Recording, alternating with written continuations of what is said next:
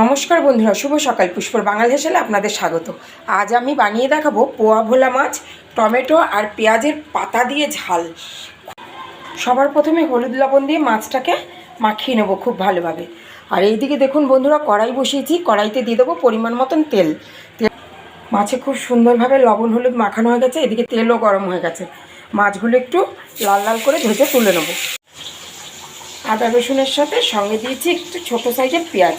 এটা একটা মিহি পেস্ট করে নেবো। দেখুন বন্ধুরা, মাছগুলো খুব ভালোভাবে ভাজা হয়ে গেছে। এবার তেলের মধ্যে ফোড়নে দিয়ে দেবো কালো জিরে আর দুটো কাঁচা লঙ্কা। কাঁচা লঙ্কাটা দেওয়ার সাথে সাথেই আমি পেঁয়াজ আদা রসুনের পেস্টটা দিয়ে দেবো। এটাকে খুব ভালোভাবে মশলাটাকে কষাবো।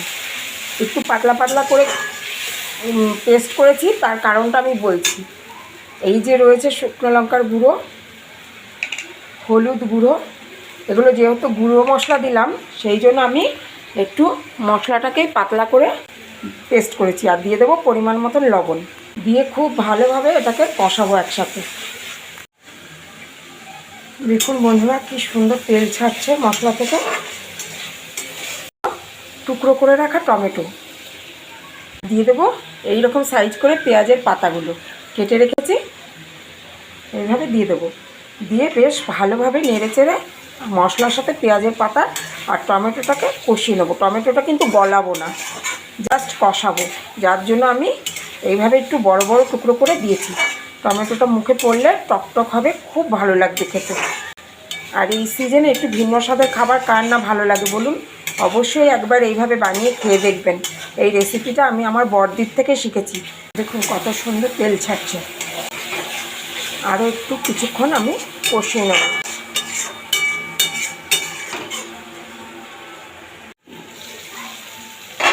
খুব সুন্দরভাবে কষানো হয়ে গেছে, পুরো তেল ওপরে ভেসে উঠেছে। এই সময় দিয়ে দেবো মিক্সির বাটি দিয়ে কিছুটা পরিমাণে জল। খুব বেশি জল দেবো না, এই রান্নাটা শুকনো শুকনো হবে, মাখো মাখো টাইপের। এবার একে একে ভেজে রাখা মাছগুলো আমি ওপর থেকে সাজিয়ে দেবো। এবার একটু ডুবিয়ে দেবো ঝোলের মধ্যে, যেন মশলাটা পুরোপুরি মাছের মধ্যে এসে যায়। দেখুন বন্ধুরা, কি সুন্দর হয়েছে, বেশ মাখো মাখো ব্যাপার এসছে। ঠিক এই সময় দিয়ে দেবো কিছুটা ধনেপাতা ওপর থেকে। কত অল্প উপকরণে অল্প সময়ে কি সুন্দর সুস্বাদু একটা রেসিপি, ভাবতেই পারবেন না। এইভাবে বানিয়ে গরম গরম ভাতের সাথে সপরিবারে উপভোগ করুন। ভালো থাকবেন, সুস্থ থাকবেন, আর বানিয়ে খাবেন পেঁয়াজের পাতা দিয়ে ভোলা মাছের ঝাল। ফিরে আসছি পরের ভিডিওতে।